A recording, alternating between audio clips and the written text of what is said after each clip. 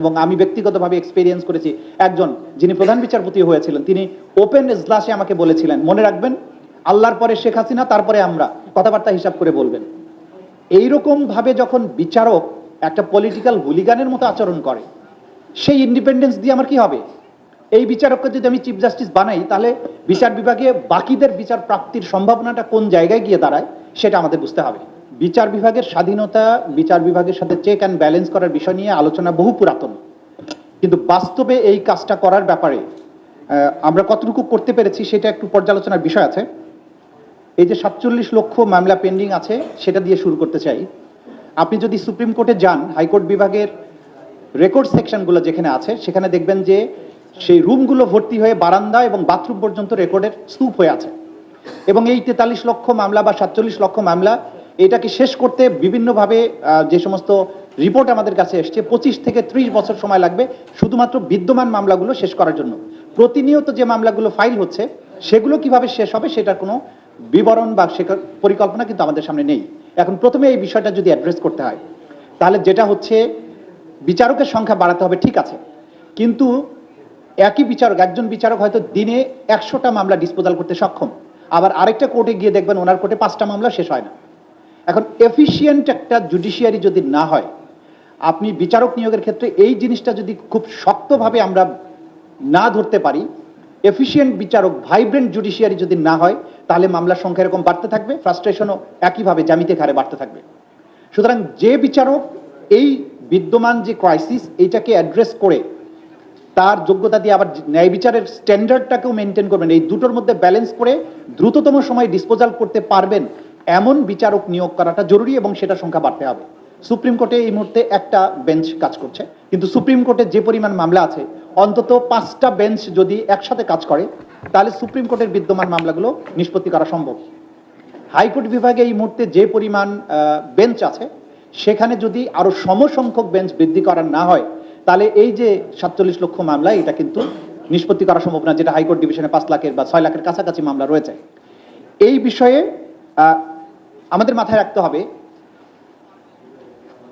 বিচারকদের ব্যাপারে আমরা বলি যে স্বাধীন থাকতে হবে, কিন্তু স্বাধীনতার যে কুফল আছে সেটা কিন্তু আমরা দেখেছি, যে এই বিচার বিভাগের স্বাধীনতার সুযোগ নিয়ে এমন কিছু বিচারক আমাদের এখানে ইতিহাসে এসেছিলেন, যারা নিজেদেরকে শপথবদ্ধ রাজনীতিবিদ বলতেন। এবং আমি ব্যক্তিগতভাবে এক্সপেরিয়েন্স করেছি, একজন যিনি প্রধান বিচারপতি হয়েছিলেন তিনি ওপেন এজলাসে আমাকে বলেছিলেন, মনে রাখবেন আল্লাহর পরে শেখ হাসিনা, তারপরে আমরা, কথাবার্তা হিসাব করে বলবেন। এইরকম ভাবে যখন বিচারক একটা পলিটিক্যাল হুলিগানের মতো আচরণ করে, সেই ইন্ডিপেন্ডেন্স দিয়ে আমার কি হবে? এই বিচারককে যদি আমি চিফ জাস্টিস বানাই, তাহলে বিচার বিভাগে বাকিদের বিচার প্রাপ্তির সম্ভাবনাটা কোন জায়গায় গিয়ে দাঁড়ায় সেটা আমাদের বুঝতে হবে। এবং সেই ধরনের শপথবদ্ধ রাজনীতিবিদ যারা নিজেদেরকে মনে করতেন, তারা বিচারালয়ে কিন্তু এখনো অনেকে রয়ে গেছেন, সেগুলো কিন্তু প্রপারলি ক্লিনজিং হয়নি।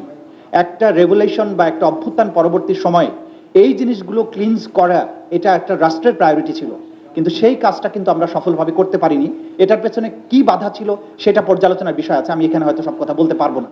কিন্তু এটা জাতির স্বার্থে পরিষ্কার না করলে আপনি সুপ্রিম কোর্ট অথবা জুডিশিয়ারি ভালোভাবে চালাতে পারবেন না। একই সাথে মাথায় রাখতে হবে যে বিচারকদের সংখ্যা যেমন বাড়াতে হবে, ভালো মানুষের সংখ্যা বাড়াতে হবে। কারণ এই বিচারকদের, বিশেষ করে লোয়ার জুডিশিয়ারিতে এইসব জুডিশিয়াল ম্যাজিস্ট্রেটরাই দিনের পর দিন রিমান্ড মঞ্জুর করেছেন। আমি এক্সপিরিয়েন্স করেছি, আমার সাথে সরাসরি কথা হয়েছে যে ভিকটিমদের, যে স্যার আমাকে হাত পা বেঁধে মেরে হাড্ডি ভেঙে মৃতপ্রায় অবস্থায় ম্যাজিস্ট্রেটের কাছে নেওয়া হয়েছে, বলেছে তুই 164 কর। আমি ম্যাজিস্ট্রেট সাহেবকে যখন একা পেয়েছি, আমি বলেছি যে স্যার আমাকে এইভাবে ধরে নিয়ে আসে, আমি কিছুই জানি না, আমাকে এইভাবে অত্যাচার করেছে, আমি কোনো 164 করবো না স্যার, আপনি আমাকে আর রিমান্ডে দিয়েন না। ওই বিচারক পুলিশকে ডেকে এনে বলেছে, একে তো ঠিক মতো বানানো হয়নি, ওরে বানায় নিয়ে আসেন, তারপরে আবার 164 প্রেয়ার দেন। এই সমস্ত ম্যাজিস্ট্রেট, এই সমস্ত জজদেরকে আমরা এখনো কিন্তু চাকুরিতে রেখেছি। এদেরকে রেখে কতটুকু ন্যায় বিচার নিশ্চিত করা যাবে সেটা কিন্তু আমাদের বুঝতে হবে। এটা ক্লিনজিং এর অনেক বেশি একটা বড় জায়গা, যে জায়গাতে আমাদের করতে হবে। আচ্ছা, মব নিয়ে কিছু কথা হয়েছে, দুজন বলেছেন। দেখুন, আমি এটার মধ্যে একটা খুবই আমি স্কেপটিক্যাল, এই শব্দটা যে ব্যবহার যারা করছেন, তাদের পেছনের কোন ইনহেরেন্ট বায়াস আছে কিনা আমি জানি না। আপনি মব, গণপিটুনিতে রাস্তায় ছিনতাইকারী মারা যায় বা ইত্যাদিতে হয়, যেগুলো আগে গণপিটুনি বলা হতো, এখন মব বলা হচ্ছে।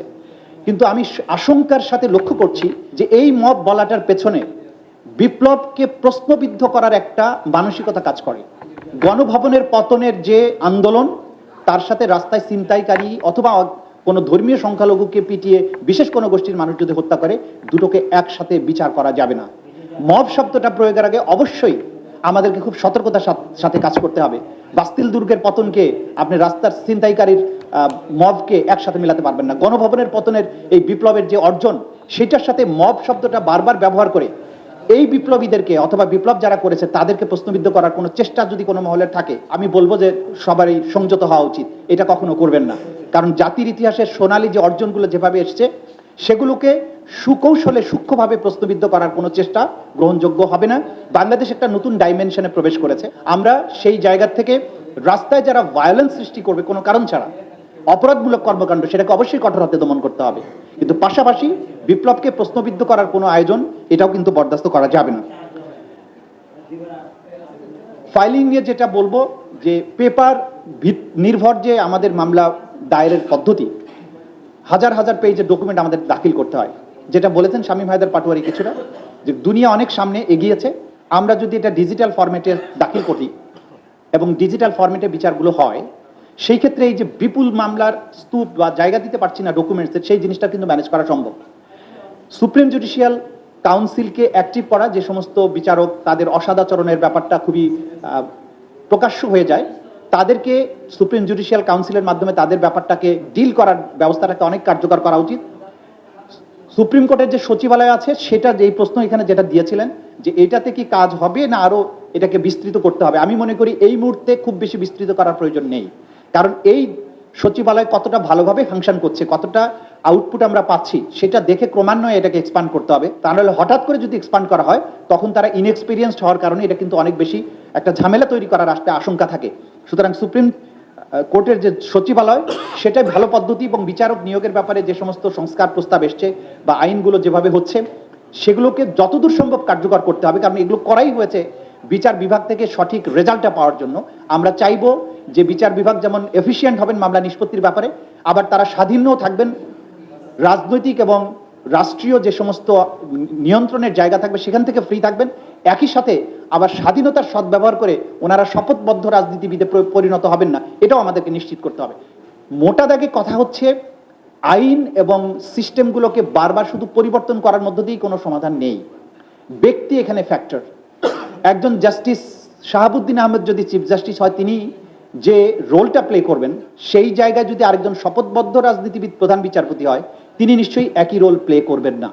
সুতরাং বিচার বিভাগের ক্ষেত্রেও এই ব্যক্তিগুলো, ব্যক্তির মানসিকতা, তার চিন্তাধারা, সেগুলো কিন্তু ডিফারেন্সটা মেক করে।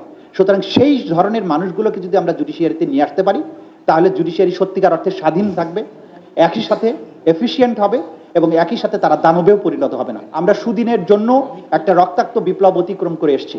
আমরা সামনে স্বপ্ন দেখছি, ইনশাল্লাহ সামনের বাংলাদেশ ভালোর দিকেই যাবে।